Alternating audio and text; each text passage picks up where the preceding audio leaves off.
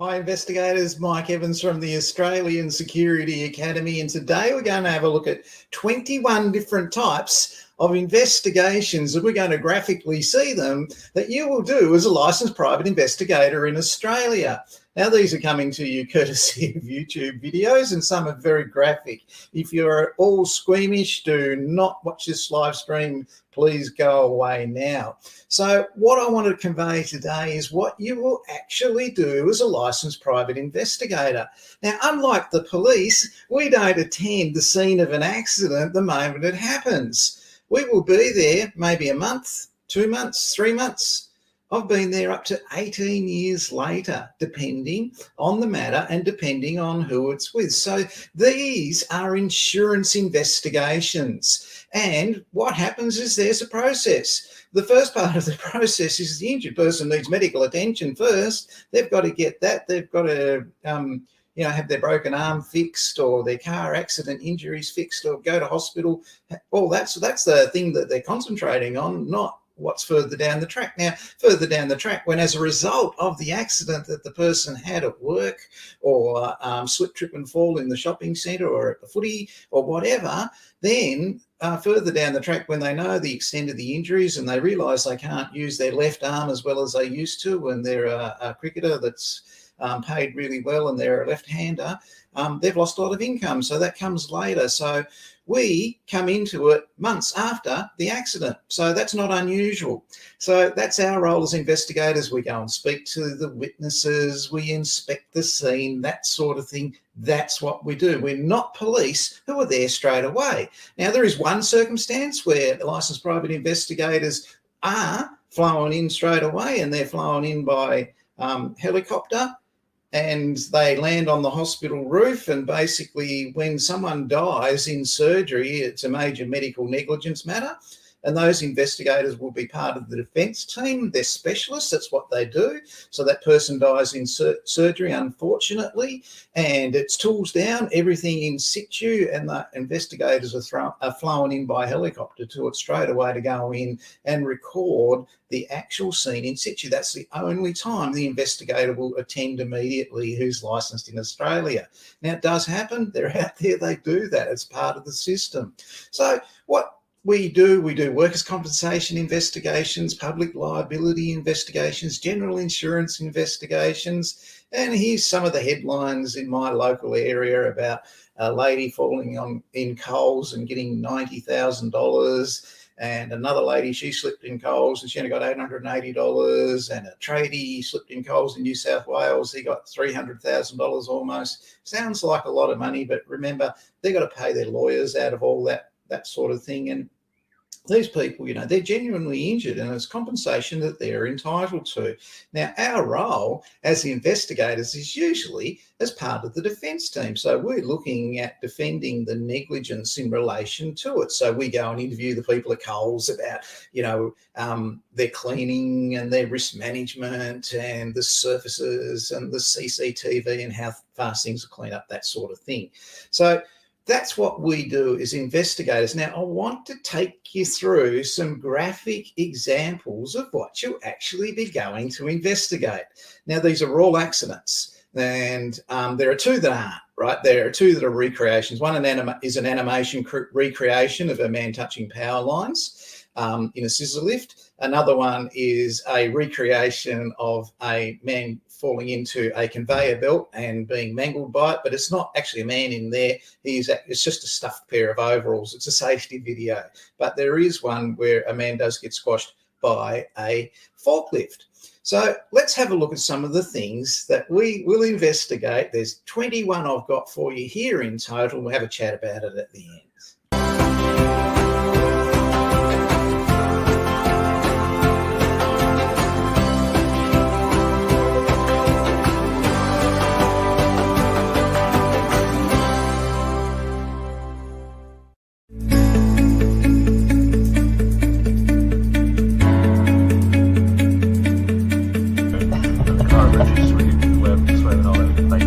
So you can see it doesn't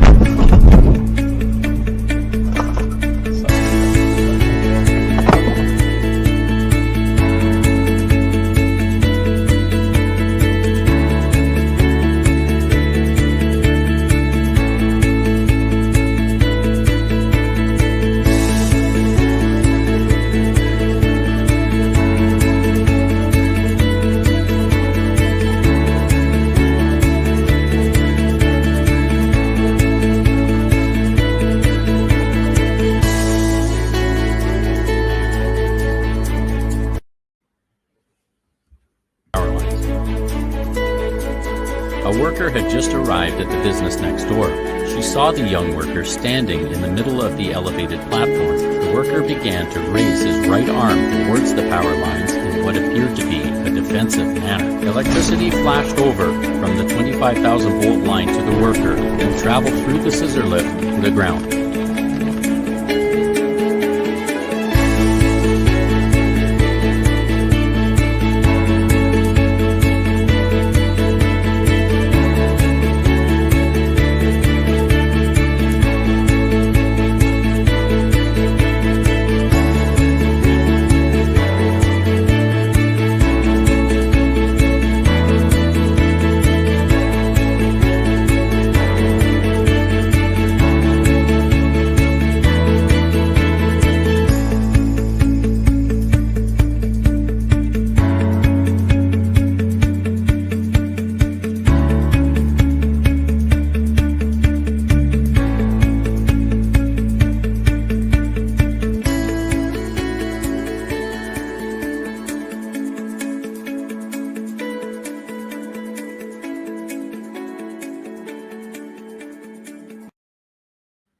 So there's some of the first examples of what we do as licensed private investigators. Now, you saw some people breaking into a place there and they're trying to steal a TV. Well, that's a general insurance home and contents claim for a burglary. Why is it a burglary?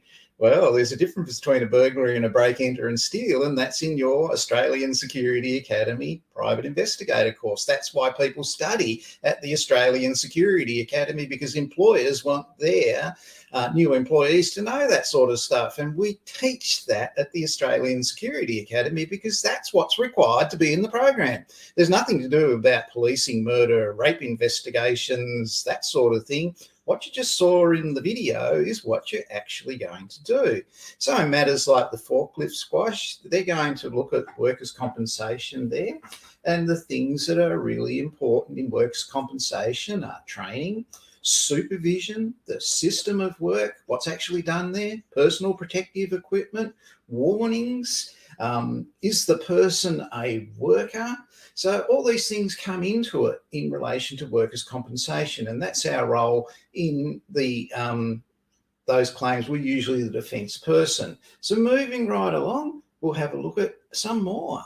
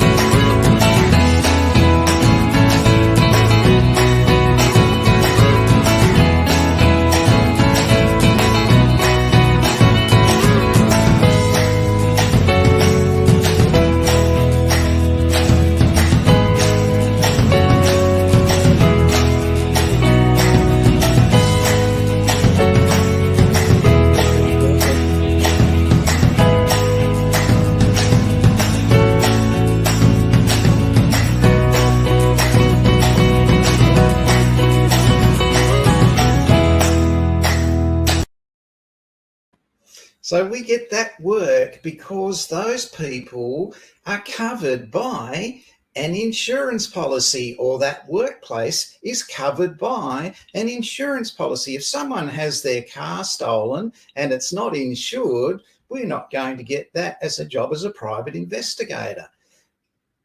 The police will do that, but the police won't be really interested either, because they have a look at their approach is, look, we've got terrorism to deal with, domestic violence to deal with, speeding, traffic, armed robbery to deal with. Why should we be worried about recovering your car that wasn't even insured? So that's the way they think. It's a risk management issue. So if it's insured and someone makes a claim against it, we're going to be going out into the field, conducting interviews, inspecting scenes, finding documentation, confirm various things in relation to whatever happened. That's our role as investigators. Now, if you don't want to do that, that's great. You've been warned, because now you've seen and you understand what private investigators do in Australia. There's no guns. There's no sex in exotic places. There's no diamonds. There's no tuxedos and casinos, although there's a lot of accidents in casinos.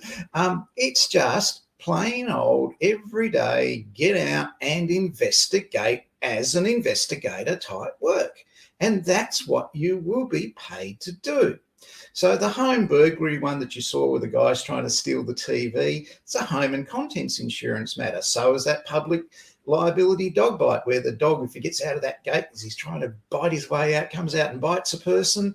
That householder, if they have home and contents insurance and you sue them because you've lost income because that dog bit you, or you've had expenses, medical expenses or whatever, surgery, that sort of thing, you sue the homeowner and they're covered by it, by their home and contents insurance.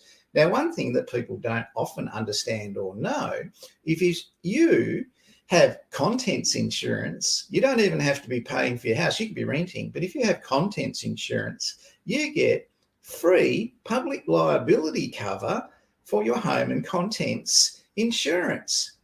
Now, that covers you for accidents even away from the home that are unforeseeable and are not your fault. So, for example, there was a lady and she'd just gone into Woolworths and she bought herself some goanna oil, little liquid bottle of it, and it cost her $3.45. It was a little 25 milliliter bottle, and they put it in a plastic bag for her. She walked outside with it and it dropped through a hole in the plastic bag. And she thought, oh dear, that's going to be slippery. I better go back into Woolies and get someone to come and clean that up. And she went inside to tell them, but at the same moment, another lady walked along, slipped in the slippery oil, fell over and broke her leg. Now, the person who broke her leg, she sued that lady who dropped the goanna oil. Now, was it her fault? Wasn't her fault that there was a hole in the bottom of the bag from Woolworths. So was that Woolworths' fault? Whose fault was it? So the investigator goes out representing the homeowner, the lady with the goanna oil. Now, this didn't happen in a backyard or in a house. It happened outside the supermarket 5 kilometres away, but she's still covered for it because she has contents insurance and public liability that comes free with it. So keep that in mind. You're going to be investigating that as well. So there's a whole range of things that licensed private investigators do in Australia. Now, you'll hear they do relationship investigations and relationship surveillance and all. They probably do, who cares? But the people who earn a living comfortably and are employed by the employers in the industry, they go out and do factual investigations, and they have an unlimited supply of those if there's accidents where they live. Funnily enough, there are accidents where we all live. So I hope that gives you an idea of what happens, what a private investigator does in Australia. I'm Mike Evans from the Australian Security Academy. If you're feeling how I'm feeling and you know I won't stop, all we gotta do is take our love to the top. If I got it and you want it and you'll never let it drop, all we gotta do is take our love to the top.